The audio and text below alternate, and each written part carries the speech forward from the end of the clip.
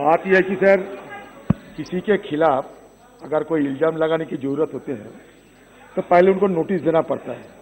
दूसरी बात सर, जो सदन में उपस्थित नहीं रहते, जिन अपने को डिफेंड करने की जिनका मौका नहीं रहते, वो ऐसा सदन की सदस्य है जो सदन का सदस्य है और उनका डिफेंड करने का मौका नहीं है, तो उनके खिलाफ कोई इल्जाम नहीं लगाए जा सकते सर। अब देख सकते हैं सर, तो सोनिया गांधी जी ये सदन की मेंबर, उन्होंने अपने चिकित्सा करने के लिए बाहर गई और उनके नाम पे ये धब्बा लगाए जा रहे हैं जो डिफेंड करने में अभी इसमें मौजूद नहीं है। अभी सदन में जो मौजूद नहीं है। अगर सर एक बात सुन लीजिए, आप अगर चाहते हैं कि हाउस इस तरीके की चले तो चलने दीजिए। अगर वो सोचे कि हम लोग को ये जरूरत नहीं है रहने का तो हमें बोल दीजिए, हमें चले जाते हैं, चले जाते हैं। अगर कुछ नहीं चलेगा तो चले जाते हैं सर। बिल्कुल आपको सुना दिया रहे सर, ये हम लोग बिल्कुल ये सदन छोड़ के जाने वाला है सर। अगर इस तरीके की बेहुदा बातें, ये बेहुदा बात यहाँ करते जाए, अगर आपकी मौजूदगी में सर, आपकी मौजूदगी में इस तरीके की बेहुदा बातें अगर करते जाए और वो भी रूल बुक सारे कुछ मान्यता न देने से, तो सर हमें ये सदन छोड़कर जाना पड़ेगा।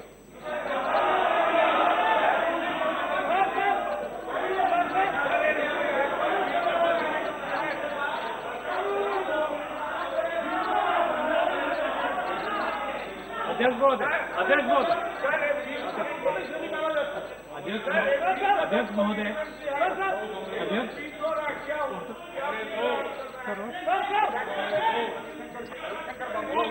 कानून के हिसाब से बोलेंगे, आप कृपया बैठिए।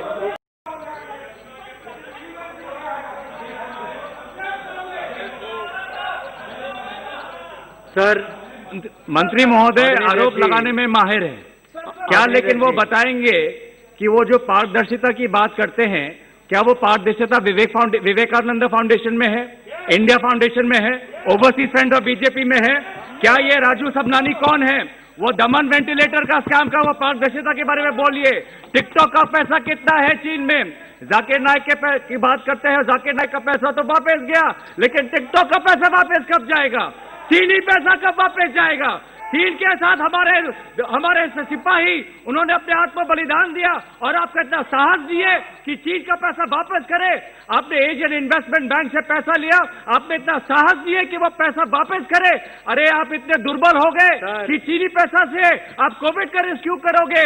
अरे आप पीएमएनआरएफ की बात करते हो। प्रधानमंत्री मोदी जी ने पीएनआरएफ फंड को कितने बार यूज किया? नेशनल रिलीफ फंड 2017 में यूज किया, नेशनल रिलीफ फंड 2000। आदरणीय अध्यक्ष जी, 5-7 मिनट। अध्यक्ष जी, सत्य की भूख सभी को लगती है। आदरणीय अध्यक्ष जी, सत्य की भूख सभी को लगती है, लेकिन जब सत्य परोसा जाता है तो बहुत कम लोगों को इसका स्वाद अच्छा लगता है। आजादी से अब तक कांग्रेस का ये सफर मजबूर जारी रहा है सर। 353 point of order. आदरणीय अध्यक्ष जी, sir, point of order 353। No allegation of a defamatory or incriminatory nature shall be made by a member against any person unless the member has given adequate advance notice to the speaker and also to the minister concerned, so that the minister may be able to make an investigation into the matter for the purpose of a reply, provided that the speaker may at any time prohibit any member from making any such allegation if the speaker is of the opinion that such allegation is derogatory to the dignity of the house or that no public interest is served by making such allegation। तो sir मैं आपको पूछता हूं, ये सोनिया गांधी जी की गाली गलौज करके कि ये सदन की गरिमा बढ़ेगा? अगर बढ़ेगा तो आप इजाजत दे दीजिए, आपको फैसला करना है सर।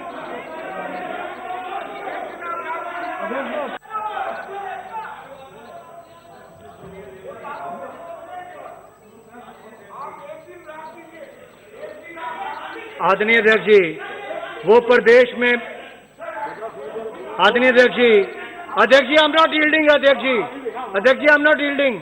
अध्यक्ष जी, आप टू अध्यक्ष जी, आदरणीय अध्यक्ष जी, आदरणीय अध्यक्ष जी, मैं सब उन्हीं बातों पर अपने विचार रख रहा हूं जो माननीय सदस्यों ने कहे। मैं एक बार फिर पढ़ देता हूं सर, क्योंकि मैंने सबके भाषण सुने। आपने ही कहा कि स्थापना से, पारदर्शिता से, मिसयूज ऑफ फंड से लेके बाकी सब। आखिरकार आपने नहीं ये पूछा तो मैं क्यों बोलता? आप सभी सदस्यों ने कहा और मंत्री उत्तर भी ना दें। सर, देश को और सदन को जानने की जरूरत है कि नहीं है? और क्यों आवश्यकता पड़ी पीएम केयर्स को करने की? ये इसीलिए आवश्यकता पड़ी कि हम पारदर्शी तरीके से काम करते हैं। सर, दूसरा, सर वो आदरणीय अध्यक्ष जी, वो प्रदेश में बैठकर ट्वीट पर ट्वीट करते गए, पुश्तैनी चादर ओढ़कर बड़ी बेशर्मी से झूठ का धंधा करते हैं। सर, मैं कुछ बातों पे और आना चाहता हूं सर, क्योंकि मैंने जो दो तीन बातें कही। सर,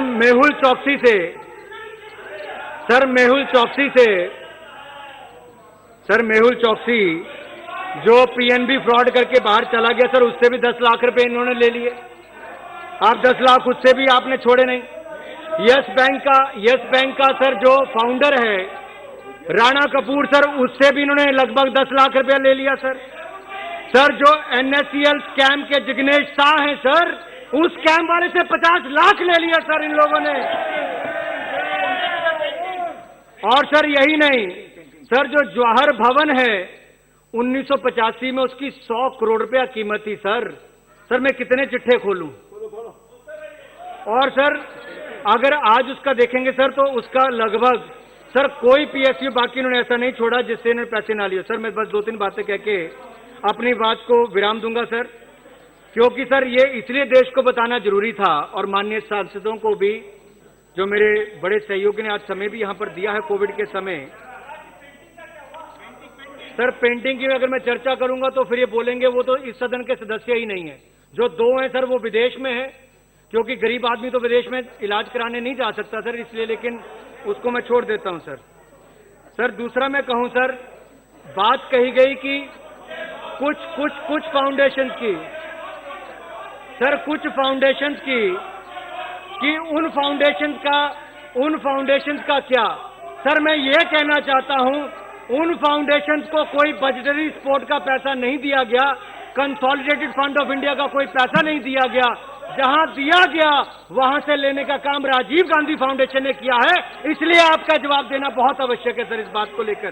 सर, अगली बात मैं कहना चाहता हूं सर, जो लोग सचिव बने सर, जो लोग सचिव बने इस ट्रस्ट के सर, असली खेल तो सर इनका रियल एस्टेट का था।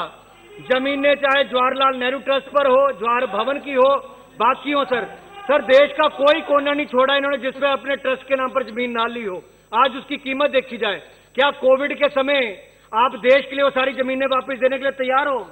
क्या आप अपने सारे फंड का पैसा देश में कोविड पर खर्च करने के लिए तैयार हो? कितना पैसा इनके फंड्स ने कोविड पर खर्च किया, क्या आप देश को बताने के लिए तैयार हो? और यही नहीं सर, आज तक क्या हुआ मैं आपको थोड़ा बताऊंगा सर, यहां तक कि हैदराबाद हाउस सर, जो केवल बड़े कार्यक्रमों के लिए इस्तेमाल किया जाता है सर, इन्होंने वो भी राजीव गांधी फाउंडेशन के कार्यक्रमों और कॉन्फ्रेंस के लिए इस्तेमाल किया। यही नहीं सर, एमएचआरडी जो अब एजुकेशन मंत्रालय, शिक्षा मंत्रालय बन गया सर, इससे फ्लाइट टिकट्स भी लेते थे इंटरनेशनल स्पीकर्स के लिए सर, कौन सा विभाग इन्होंने छोड़ा है इस परिवार के नाम पर? सर, यही नहीं सर, जो अगली बात आती है सर, जो ट्रस्ट में इनके सेक्रेटरी के रूप में आए 1993 से 1998 तक पुलक चटर्जी सर, उनको बाद में प्रिंसिपल सेक्रेटरी टू पीएम बनाया गया।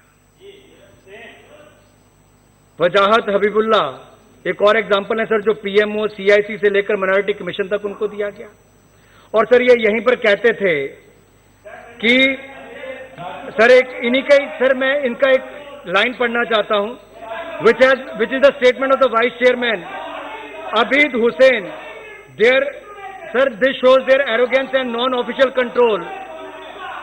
Sir, is best captured in this statement, sir. You have to listen, sir. Statement made in 1995. Sir, I am quoting. We are independent, free and autonomous, but the MEA and the PMO are very responsive to us because we work on the subjects in which they are terribly interested. I unquote. Sir, क्या मतलब है इसका? कौन से ऐसे subject पे आप काम करते थे? क्या ये फाउंडेशनों का उपयोग किया जाता था जो वैसे वो पूरी सरकार नहीं कर सकती थी, लेकिन आपके ट्रस्ट उन कामों में लगे रहते थे।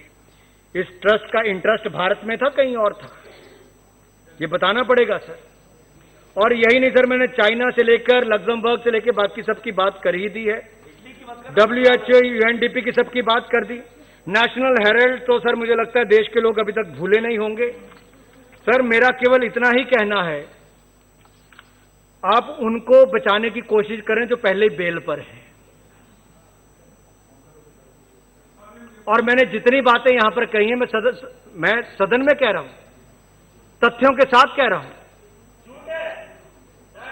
तो अगर सर ये जो कांग्रेस के सदस्य ने अभी कहा कि झूठ है, तो उनके नेता मेरे बात बोलने वाले, मैं चाहूंगा कि अगर मैंने एक भी झूठ बोला है तो कृपया करके उस झूठ को अपनी ओर से पूरा तर्क देकर कहें कि ये झूठ है, और उसका तथ्य देकर कहें। क्योंकि सर कल जब मैंने पूरे तथ्य देकर अपनी बात कही सर मेरा एक शब्द सर, मेरी पिछले कल की पूरी स्पीच निकालिए सर, मेरा एक शब्द भी अनपार्लियामेंट्री नहीं था। केवल एक परिवार या एक ट्रस्ट या एक किसी के ऊपर मैंने बात अभी रखनी शुरू की थी तो पूरा हंगामा खड़ा हो गया, वॉकआउट हो गया सर। अमेरिका को सर कहा गया हिमाचल का छोकरा, फिर कुछ और भी कहा गया। सर एक मिनट सुनो, मैं सक्षम हूं इनके लिए।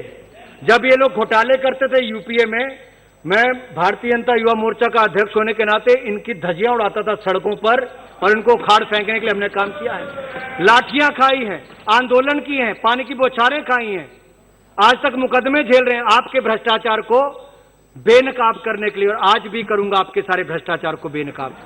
स्पष्ट तौर पर समझ लीजिए, मैं डरने वालों में से नहीं हूं, क्योंकि मैं वीरभूमि हिमाचल प्रदेश से आता हूं, देवभूमि हिमाचल प्रदेश से आता हूं। हिमाचल का छोकरा कौन? देश का पहला परमवीर चक्र विजेता मेजर सोमनाथ शर्मा हुए तो हिमाचल प्रदेश से हुए। सर कारगिल की लड़ाई में